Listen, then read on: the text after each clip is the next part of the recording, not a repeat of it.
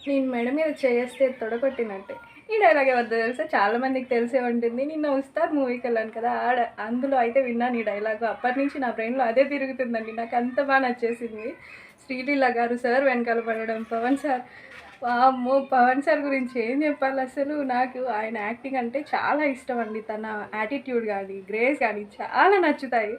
So, Sreeleela తన వెనకాల పడడం ఎంత క్యూట్ అనిపించింది అసలు సార్‌ని చూసేటప్పుడు. నేను అలా బ్లష్ అయిపోతూ ఉండే. నిన్న మూవీ చూస్తుంటే ఆయన కనిపించినప్పుడల్లా నా ఫేస్‌లో స్మైల్. అంటే మూవీ చూస్తుంటే అంతే కదా! వాళ్ళ ఎమోషన్స్ అన్నీ మనం ఫీల్ అయిపోతాం. ఎమోషన్ అయ్యాను, డాన్స్ వేశాను, హ్యాపీ అయ్యాను, బ్లష్ అయ్యాను. ఎన్ని రకాల ఎమోషన్స్ ఉన్నాయో అన్నీ చూపించేశాను. సో, నాకైతే మూవీ చాలా నచ్చేసిందండి. మీలో ఎంతమంది చూసారు? కామెంట్ చేయండి.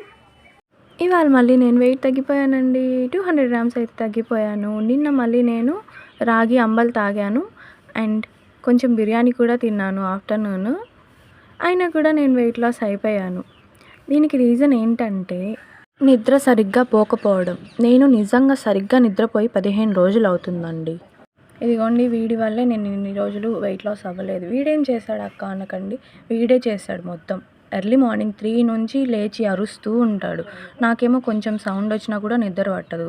వీడి వల్ల నేను నిద్రపోయి చాలా డేస్ అవుతుందండి. వీడు అరిచినప్పుడు నేను అందరికీ చెప్పుకున్నా మా కోడి ఫస్ట్ టైం అరిచింది అని చెప్పి. వీడిప్పుడు అరుస్తుంటే ఎందుకు అరుస్తున్నాడురా అనిపిస్తుంది. సో, ఇప్పుడు నేను అలవాటైపోయి సరిగ్గా నిద్రపోతున్నా.